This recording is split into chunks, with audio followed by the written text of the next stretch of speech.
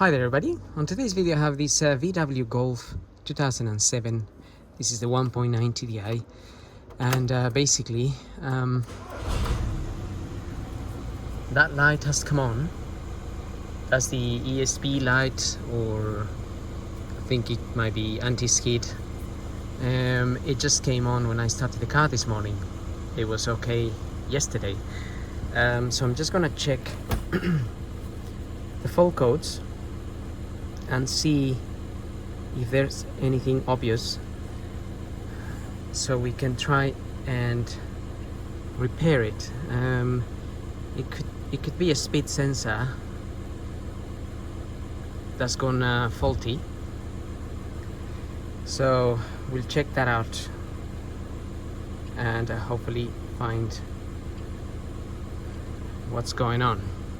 Okay, so I'm just in the brake and electronics area here, so I can check the fault code, and it's telling me that a brake pressure sender has a fault.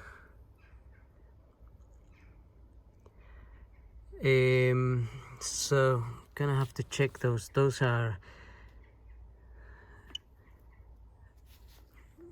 sometimes we can check the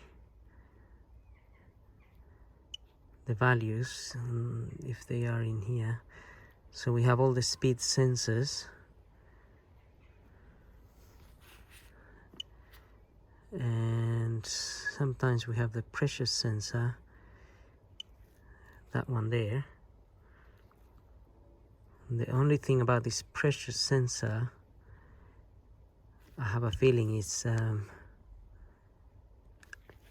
actually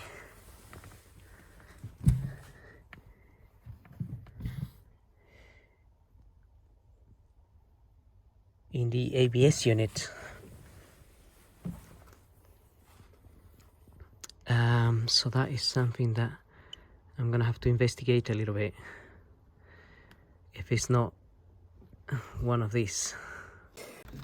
The computer also stored this code that says P1847, and it says check DTC of memory of the ABS unit, which basically is what we've done. So since we were able to delete that code, this code is under transmission, but there's nothing wrong with the transmission, so it's definitely related to the pressure sensor of the brakes, which are somehow connected. So I'm going to delete this code now. So in this video I'm gonna be changing the ABS pump, which actually I've already changed it, and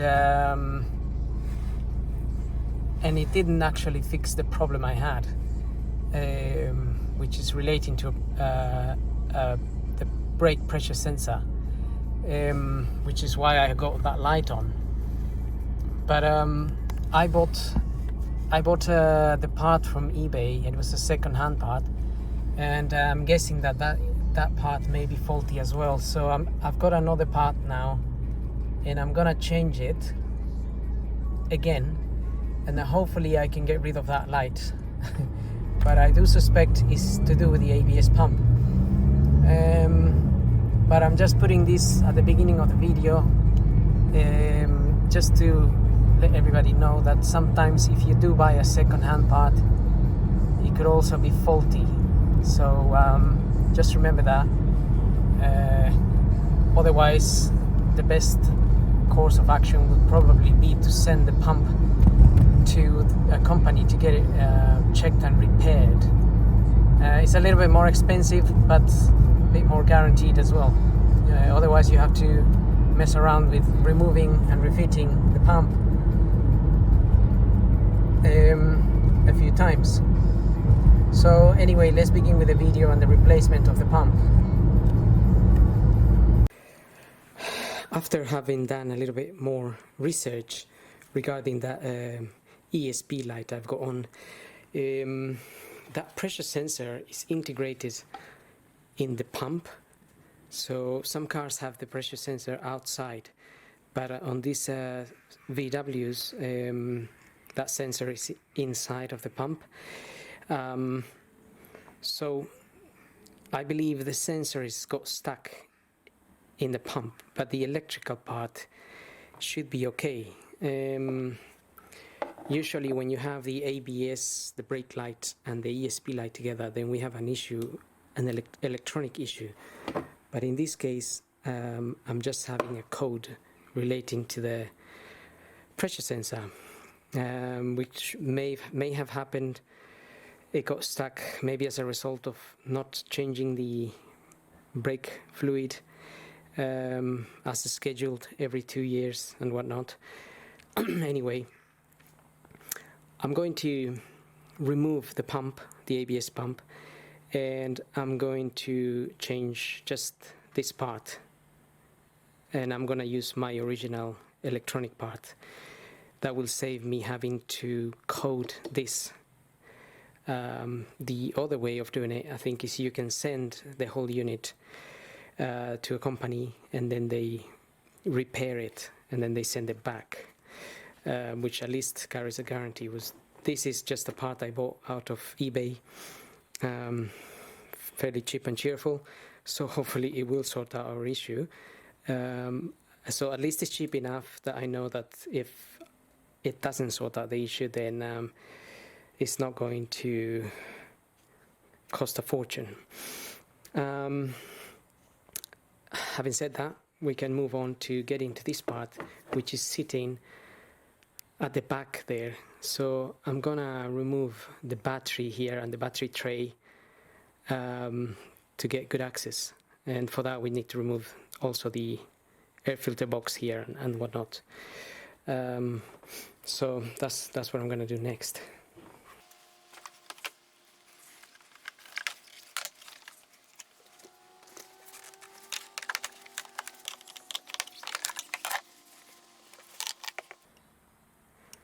This is an Allen of number 5.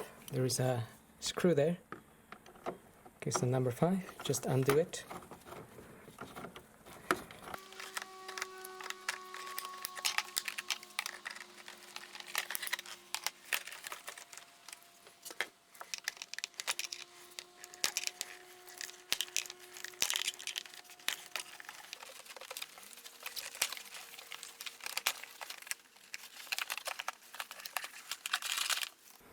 So that box is just plugged in there and there after you remove the screw. 13mm to remove the 13mm on the side that holds the battery.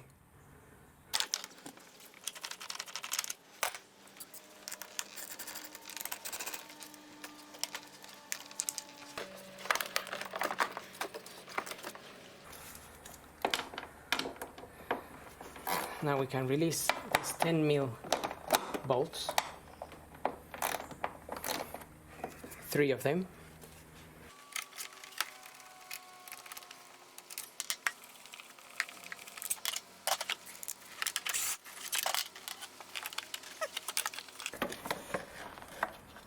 So I just noticed that this bit is broken.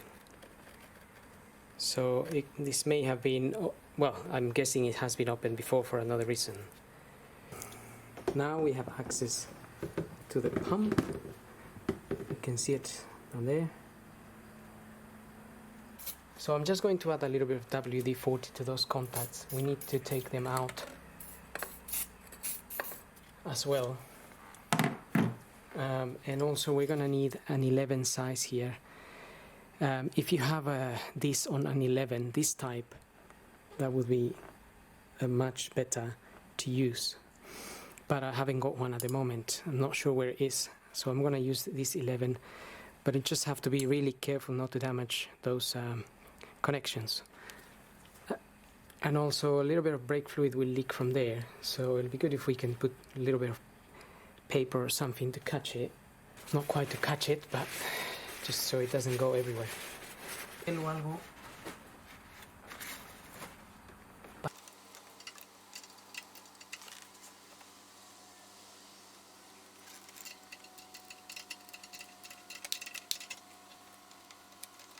after doing this, we're also going to have to bleed the brakes. All 4 brakes we're gonna need to bleed.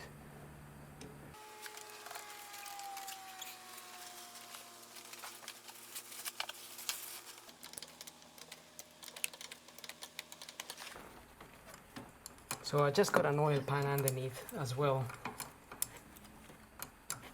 for the fluid that is going to be leaking.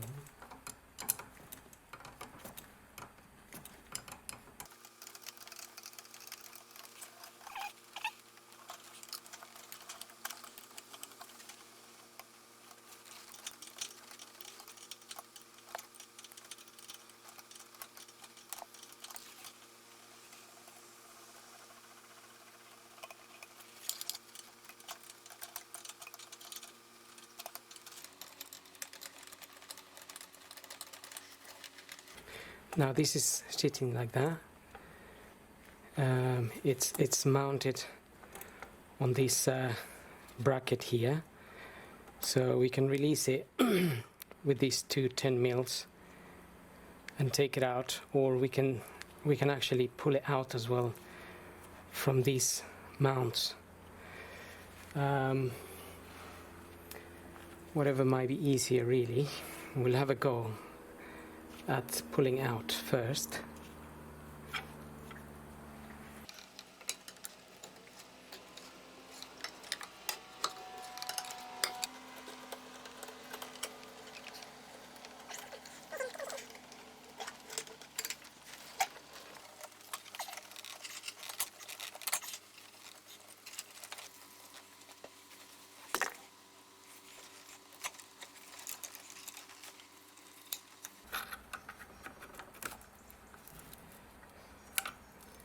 We pull this out and then this cable comes out.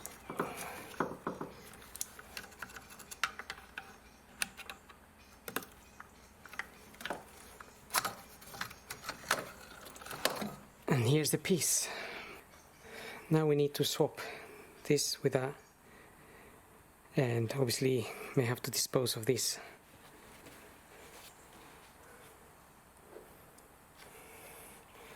So with a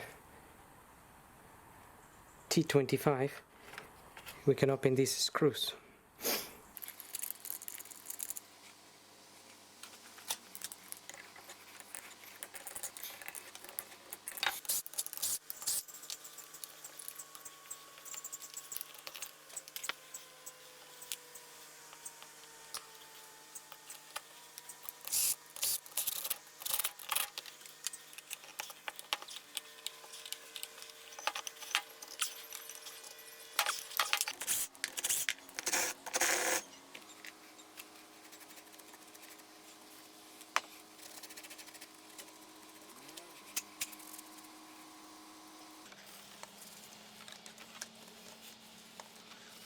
Now I'm going to refit the part in. So I was just making some preparation down there, like getting the little rubber mounts in place so I can just push that in. And obviously I was cleaning it a little bit, and then I put some WD-40 to make it easier to push in. So that's what I'm going to do next.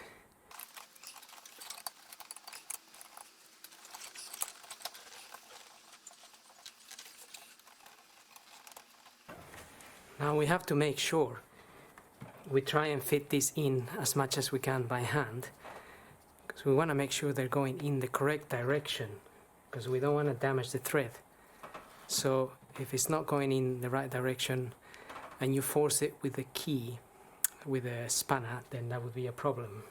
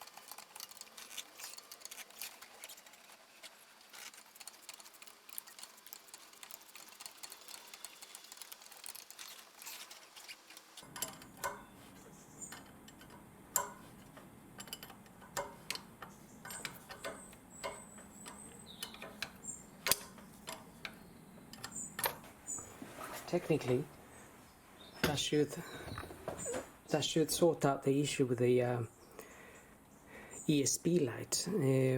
And another thing, we need to double check that it's not going to be leaking. If any of those is leaking, we may need to tighten them a little bit more, because I haven't really tightened them extremely, because they can actually get damaged.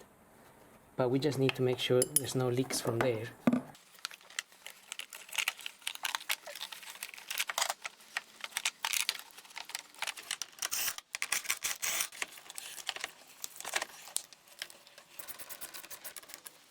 Now we got the battery on, we're gonna top up some brake fluid that will go in here.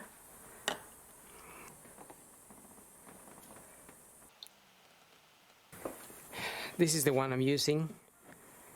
Okay, I'm just making sure it's full, and then as we pump, we're gonna have to obviously keep filling it up, because it's gonna start going down into the lines. So with that number 11 spanner, I'm just gonna open the little bleeding point there. There is a little rubber cover that I removed, which we can fit back when we finish. So I've got a bottle here connected with a hose. Now there is some fluid on that bottle, and the hose is all the way down to that fluid. The reason I'm doing it this way is because I'm gonna be doing this by myself. So I'm gonna pump, and in order to avoid air coming back into the caliper, if I have fluid in there, the hose can only suck fluid every time I release the brake. Now I'm going to open the valve, and I'm gonna go in the car and pump.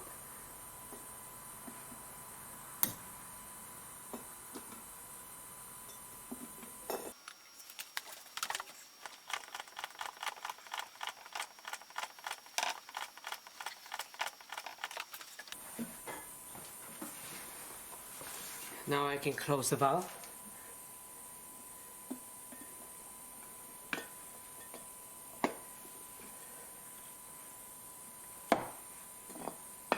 Now I'm going to do the same in the other 3 wheels. There's no really need to film all of that, but I'm gonna go ahead and do that, and then we'll come back to it. Okay, I finished doing the bleeding. I got all the wheels on. I've got enough brake fluid in the reservoir, enough for obviously to the max. I think I'm just a little bit below the max there, but then again my pads are not brand new, so that's okay, because when the pads get replaced, pistons will go back and then fluid will go back up there. And then this area will need a good clean, but the main idea is that there's no leaks. So all of that is really nice and dry after having finished doing all the all the pumping and the bleeding.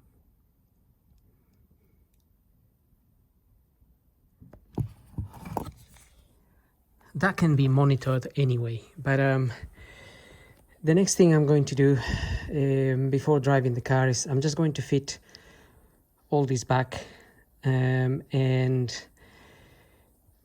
fitting this back isn't a big thing. If you were able to change the pump and do the bleeding, this is like potato chips. So I'm just going to refit these things back, and then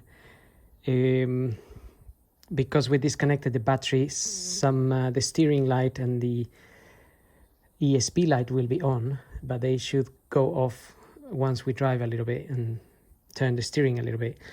But we may still need to clear the fault code. So we'll do that in a minute. Okay, so here we're in the car. Now when you disconnect the battery, that light always comes on together with that one, the one we're trying to fix. The brake is nice and hard. So after just driving a little bit, this light should disappear, and that one we may need to reset.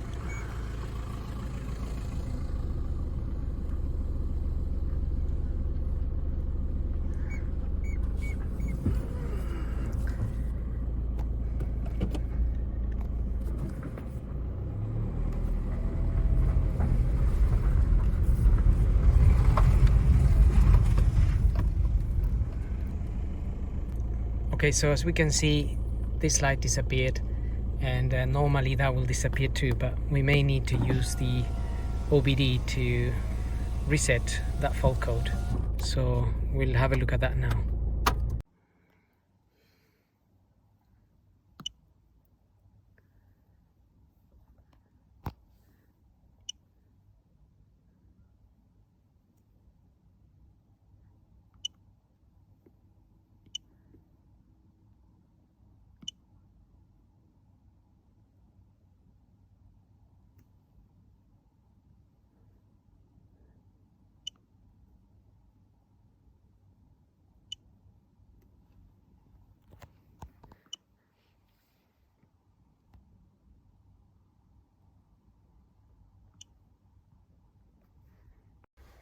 Okay, so I finish with all the bleeding, obviously, and refitting the pump, and just looking at the brake pressure sensor here. It's 0.5, which is what I was expecting to get. If I press the brake, I get about 20 bars or so. That was reading before somewhere around 200, and it wouldn't go to 0. It was just stuck on 200. And also I was able to clear the fault code, which I had. So previously it wouldn't let me delete the fault code. So now, because we disconnected the battery, we need to drive the car a little bit. These two lights may remain on, even though I clear the fault codes. So once I start the car, I'm not sure, these two lights, normally the little steering there and the one we're fixing, usually are on when we disconnect the battery. So you need to drive the car a little bit and they disappear. So I'm hoping that, obviously, looking at the data here, it will both lights will go out now that I changed the second pump in it. So we'll check that out. So I just come back to the car to give it a little drive, and I switched on the engine, and those two lights disappear as soon as I started the car. I thought I had to drive it a little bit, but perhaps it's because I deleted the fault codes. So anyway, happy days. Usually if you drive it a little bit, if you haven't got the computer, those lights will go off, provided the problem has been fixed. I will show you how I driven it before, and since the problem wasn't fixed with the previous pump, the fault code came back. So Anyway, I hope this video helps. Thank you for watching, and don't forget to subscribe.